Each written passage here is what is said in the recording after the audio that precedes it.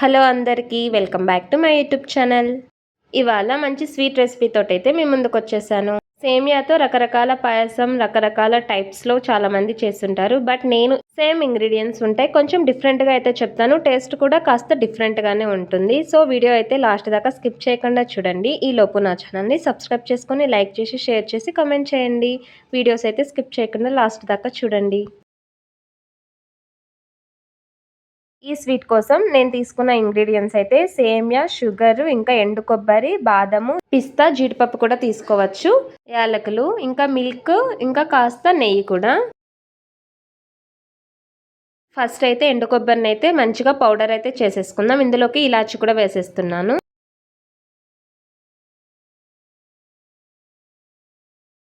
చూడండి, ఇలా పౌడర్ అయిపోయిన తర్వాత బాగా ఫైన్ పౌడర్ లాగే చేసేసుకోవాలి. ఎండు కొబ్బరిని మొత్తం ఇలా మంచిగా పౌడర్ అయిపోయిన తర్వాత ఇందులోకి బాదం, పిస్తా కూడా వేసేసి కచ్చాపచ్చగా గ్రైండ్ చేసుకోవాలి.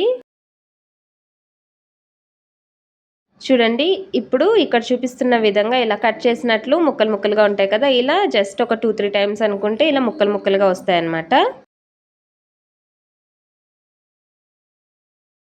ఇప్పుడైతే స్టవ్ ఆన్ చేసి ప్యాన్ పెట్టేసి ఇందులోకి 1 or 2 టేబుల్ స్పూన్ నెయ్యి అయితే వేసేసి ఇప్పుడు మిక్సీ పట్టుకున్న కొబ్బరి పొడిని అయితే వేసేద్దాం.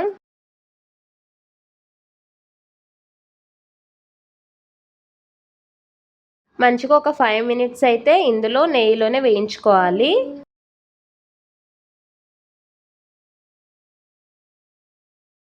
5 మినిట్స్ ఆర్ 7 మినిట్స్ అలా వేయించుకుంటే సరిపోతుంది.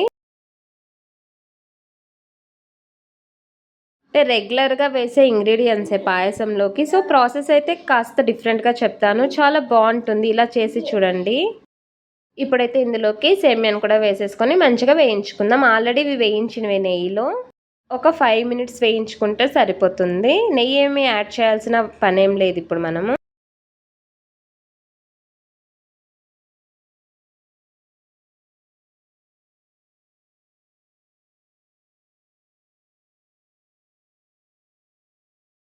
మంచిగా వేగిపోయింది ఇది కూడా. సో ఇప్పుడైతే ఏం చేద్దామంటే పాలైతే తీసుకొని సేమియా ఇంకా కొబ్బరి మిక్సీ పట్టుకున్న కొబ్బరి పొడి మొత్తం కలిపి 1.5 కప్ ఉంటుంది. 1.5 కప్పుకి నేను ఇక్కడ 3 కప్ వాటర్ వేస్తున్నా. వాటర్ అంటే 2 కప్స్ మిల్క్, 1 కప్ వాటర్ వేస్తున్నా. జస్ట్ ఒక హాఫ్ కప్ వాటర్ మళ్ళీ కొద్దిగా ఎక్కువ వేసాను అంతే. సో మంచిగా మిక్స్ అయితే చేసేసుకోవాలి. ఒక 5 మినిట్స్ ఇలా మంచిగా మిక్స్ చేసేసుకొని మీడియం ఫ్లేమ్లో పెట్టుకొని తర్వాత మీడియం ఫ్లేమ్లో పెట్టేసి ఉడికించుకుందాం సేమియా మొత్తం.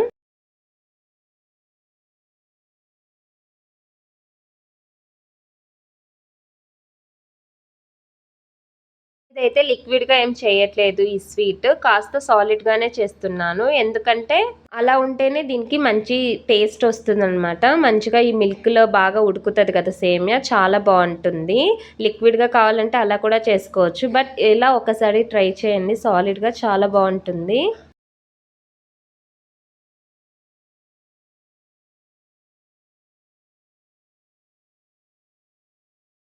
ఉడకగా మంచిగా దగ్గర అయితే పడిపోతుంది సేమియా అంతా. ఇందులో మంచిగా ఇవి ఉడుకుతాయి కదా, చాలా టేస్ట్ అనిపిస్తుంది అనమాట. మనం మొత్తం పాలు ఎక్కువ వేసాం కదా, ఈ పాలలో మంచిగా ఉడకడం బట్టి మంచిగా టేస్ట్ వస్తుంది అనమాట.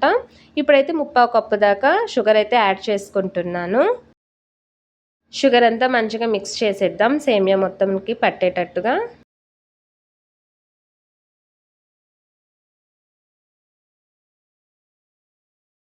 షుగర్ వేసాక మొత్తం కరిగిపోయిన తర్వాత ఇంకొంచెం గట్టిగా అయిన తర్వాత అయితే ఆపేసుకుందాం. చూడండి, ఈ కన్సిస్టెన్సీ ఉన్నప్పుడు, ఇప్పుడు చూసారు కదా ఇక్కడ ఈ కన్సిస్టెన్సీ ఉన్నప్పుడు స్టవ్ అయితే ఆఫ్ చేసేసుకోవాలి.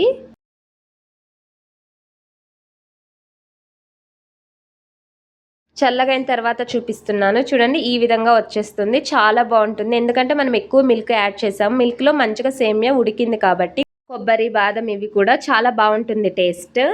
చల్లగా అయిపోయిన తర్వాత సర్వింగ్ బౌల్లోకి అయితే తీసేసుకుంటున్నా.